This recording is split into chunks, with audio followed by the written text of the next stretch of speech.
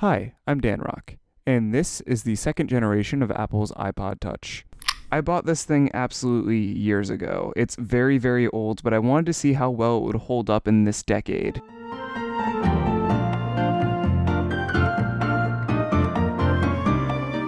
The second generation iPod Touch was released on September 9th, 2008. I wasn't expecting miracles from this thing. I know that it's very, very old, about 12 years old at this point, but I wanted to see how well it could do the basics, listening to music, watching videos, etc.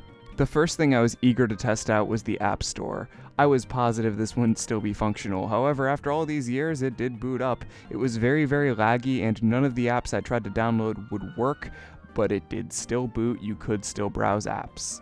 The same is true for browsing the internet. It works alright as long as you're patient and the websites don't have HTML5 or Flash elements, because obviously a 12-year-old browser cannot handle either of those. It took about a full minute to get from Google to this specific video player page, and because this browser does not support Flash, the video would not play. However, I can assure you that if you are browsing old websites that use old HTML standards, it should work perfectly fine. Speaking of working perfectly fine, the music app. Now, I'll be completely honest, I didn't really like Apple's original music app for the iPods. I always thought that it was a little bit lackluster and lacked a bunch of features that other devices like the Zune had. However, going back to it, it's not nearly as bad as I remember. You can simply scroll through, find an artist, and listen to whatever music you want.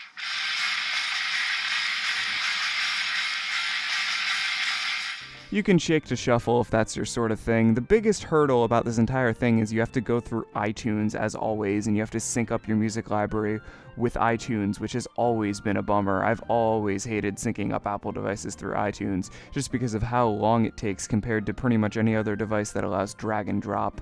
Of course, this is a non-complaint because nowadays everyone streams their music, with the exception of me all the time because I don't live in an area that has tons of service. I kind of live in the middle of nowhere, so sometimes YouTube Music and Spotify just straight up don't work, so I do download my music still. But there's still other options. I wouldn't recommend going with an iPod that you have to go through iTunes with. Like the audio player, the video player also works fine. There's nothing really special about it. It's pretty much a bare bones video player, but for 2008, this was, I guess, pretty good. Yeah, no, it works fine. It works totally fine if you want to download videos, because there's no way this thing's connecting to YouTube anymore. And that's pretty much all there is to say. I wish I could go through and show you how well apps performed on this thing or something, but as shown, the App Store doesn't really work anymore. It loads everything, but you can't really download anything. This thing's a little bit too old, and now that iOS is on, what, like 11, 12, maybe even 13, it doesn't surprise me at all that iOS 4.2.1 is not supported. So if you do want to get an iPod Touch second generation for whatever reason, I would highly recommend jailbreaking it. I have Cydia installed on here, and it allows for some pretty cool tweaks.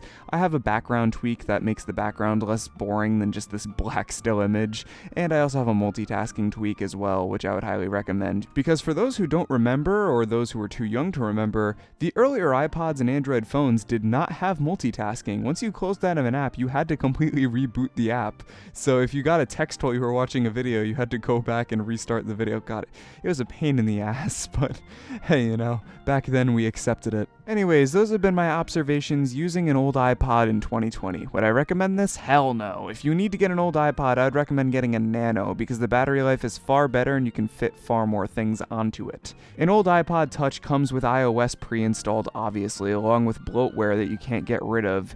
So naturally, you're going to have a lot less space on an iPod Touch than you are on something like an iPod Classic or a Nano. I would highly recommend going with one of those if you need an old iPod for whatever reason. Although if you can avoid it altogether, I'd highly recommend using a newer iOS device. Or if you're like me and you're an Android guy, you could probably get far more use out of buying something like a Galaxy S4 or 5, which is probably around the same cost as this iPod.